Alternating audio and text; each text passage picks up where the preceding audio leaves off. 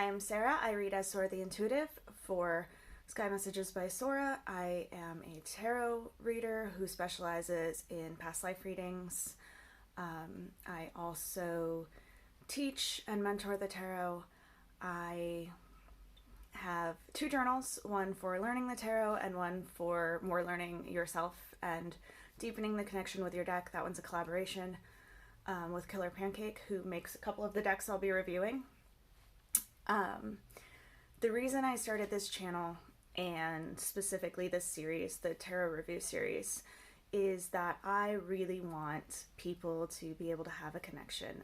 I want anyone who wants to do the tarot to be able to learn it. And a lot of times people get really frustrated because the first deck that they start using, they don't really connect with.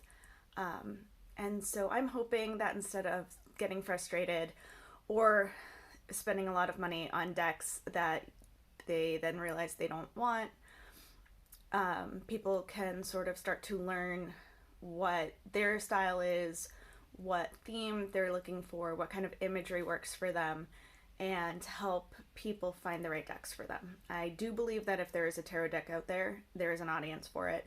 And if there is somebody who wants to learn, then there's definitely a deck for them. So this won't have star ratings. This won't be about what's good and bad. It'll be about the details, such as the guidebook, a level that it's good for, like basic to advanced. It will be, how close it is to the Rider-Waite or the Tarot de Marseille, or the Thoth for those who prefer that. And it will just give people a look and hopefully help them start to begin their journey. Or for those of us who have been on their journey for a while, but are thinking about new decks and testing out different things, give them a preview. So there are some of the decks behind me, but if there are any you're interested in, let me know. And let's get started. For today's reading, we are using the Tarot of the Sweet Twilight. Starting with the box, it is the fairly typical tuck box. Mine's not in the best shape, but that is one of the reasons why I pretty much always put any deck I'm going to be carrying into one of those. The guidebook is fairly standard for Lo Scarabo, but it does have a real beauty to the way it gives its guidance. It doesn't do the keywords, but it gives you things to think about, and I really love that. The spread is a 6-card spread that is called Your Guiding Star, and it's really meant to help you answer a big question. Oh, I got that going. I really like it. It is a little long for someone who's newer, but I'm not sure this is a deck I would recommend to somebody who is newer, as it is not Rider-Waite based. So unless you are learning from somebody who uses a different tradition, it's probably not one to start with. I love it. This is one of the ones I use for most of my professional readings, but my family's tradition is very different from the Rider-Waite, and this I feel is very close to it. I think if you are somebody who really likes the Thoth deck for its meanings, or not necessarily for its illustrations, but for its meanings, is probably a good one. Or if that's what you're learning on. But other than that, I'm not sure I would start with it. So these are really gorgeous cards. They are surreal. They're beautiful. Some of the imagery is a bit odd or disturbing, I think, just from the being surreal, but it is really easy to connect to if you were an intuitive reader, I feel. And the illustrations really pack a lot in.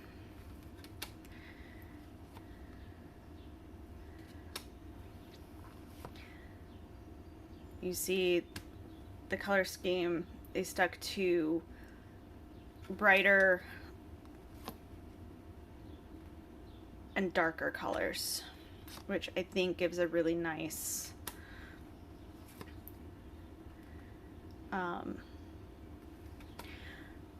just a really nice contrast, I guess. I'm not a designer, so that might not be the right word, but it makes it very easy to pick out the details and to really feel what's going on in the cards. They kept their suits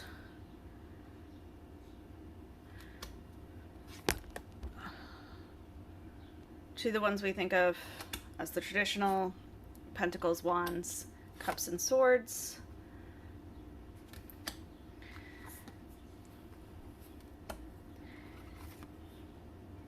And the court cards are the king, queen, knight, and knave. So the knaves and the pages tend to be what you'll see in older decks, so that can be very helpful. I love this Ten of Swords because it holds on to the bittersweetness of the card. A lot of people get caught up in the unhappy ending of it and not the understanding that this was something that had to end.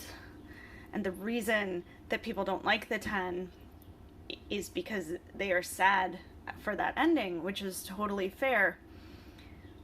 But the thing about that 10 is that it started out as something good but isn't anymore. So I love how this card captures that, looking back on the good times while accepting that it is over and knowing they can go to better. So this is, I've mentioned it in other videos, one of the ways you can tell if a deck is Rider-Waite based. When the strength card is the 11, it is not. The strength card being 8 in the major arcana is Rider-Waite and Rider-Waite only. Now you will see some decks that use multiple influences and they will stick to the 8, but if strength is the 8th, or it's really the 9th card in the major arcana because the pool is 0, but if strength is 8 in the major arcana, then the deck you are working on is at the very least Rider-Waite inspired. I love this because it holds the hangman, the imagery of the upside down, while giving the actual meaning with the idea of a change of perspective and that with the way that he is breaking free of what's holding him back. This deck is great for anyone who likes surrealism, surrealistic art. For those who read in various traditions.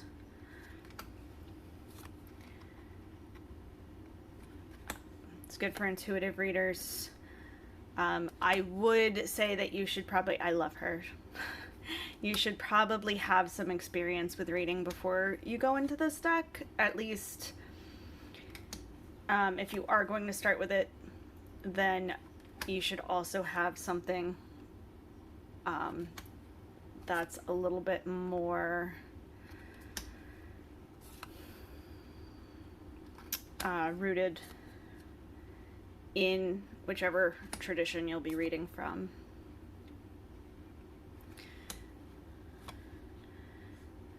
But even then, as long as you have a good guidebook, it's always fun to work with. Love the unicorn here.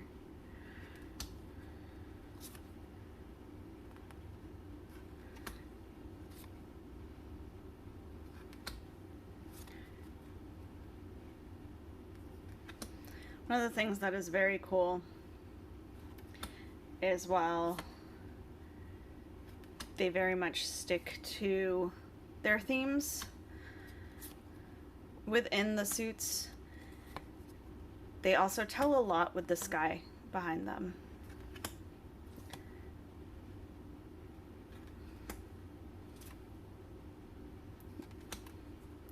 You know, the background holds a lot of information, not just the foreground or the details that you would normally stick to. Just a little addendum. I did say that the 4 suits were the Pentacles, Wands, Swords, and Cups. But actually the cups here are called the chalices. This is used in a lot of the old traditional decks, but it's not what I said. Thanks. I'm going to shuffle and do our reading for the week. And while I'm doing so, I'm going to thank you for liking, subscribing, sharing. I do personalized readings. You can go to my website or email me to book one. I will not approach you. To check out more of my readings, feel free to check out the different social medias for early videos, bonus content, and other perks. Head over to the Patreon. And if you are interested in getting a reading for the channel, send me a little note and I will let you know how we are doing those. I'm going to start doing personalized readings on the channel, but they will have a specific purpose and cause. So email me or check out the newsletter to learn more about that. And I am starting to go live on YouTube. I am working out a schedule, so right now I generally know a couple days ahead of time, but I will get to where it is something consistent. All right. Just gonna grab 3 cards for a little message for the week. Ooh. We have the Magician, the 5 of Swords, and the Queen of Swords. Now, this is an interesting kind of spread or message of trial and error. The Magician asks you what you want out of life. It asks you to really think about what it is you want to see, how you want things to look, and then asks you to start making the choices, taking the steps to get there. And this is psychologically also a really great thing to do, because when you prep your brain that way, when you say this is what I want, you start to see those opportunities clearer. The Magician reminds us that we have to grab onto those opportunities to make it work. We can tell the universe all day what it is we want to see, but unless we take those steps, it's not going to happen. So this is that beginning point. This is, what do you want to see?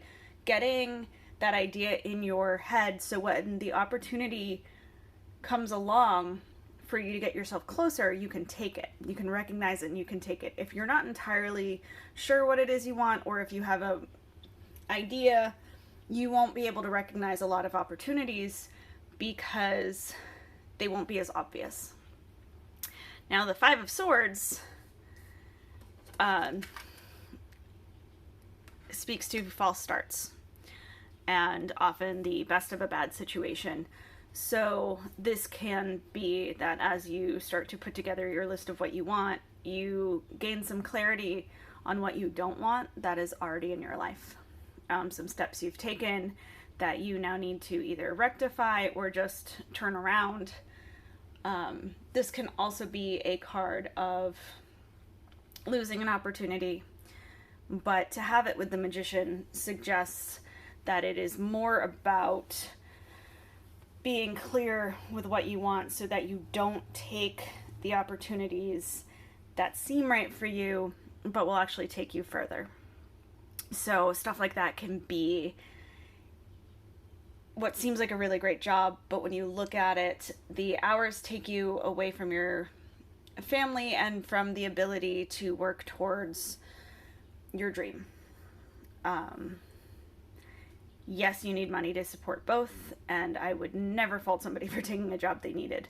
This is just an example to say sometimes the things that we think are a good idea turn out to take us farther away from where we really want to be. So it's just kind of a card of checking in here. And then we have the Queen of Swords, which I love at the end of this because she is the observer. She is the card that takes everything in. She balances her head and heart in terms of she pays attention to her feelings and how things make her feel, but she also pays attention to the logistics. So she doesn't get caught up in emotion. She can understand how things happen, and as such, she can make decisions on what to do next. And so I love this together because the 5 and the Queen work really well together. People don't always love to see the 5, but when you see it with a card like a Queen, it is more about taking the opportunity to look at your choices and your decisions and adjust them as you go. Having that with the Magician says the more you adjust, the more you learn, the closer you will get to what you actually want. You may also find that what you think you want is not exactly what you want. So you can adjust that as well. She's there to help you adjust the expectations, so you're not chasing after something that isn't going to be what you thought it was. This just asks you to kind of be on top of everything, decisions, but also thoughts, and see if the things turn out the way you want them to, how you feel about that. It's really just asking you to assess the situations in your life and what you want to do with them. So all in all, it is a message to move forward this week, but to do so deliberately. Thank you so much and have a wonderful week.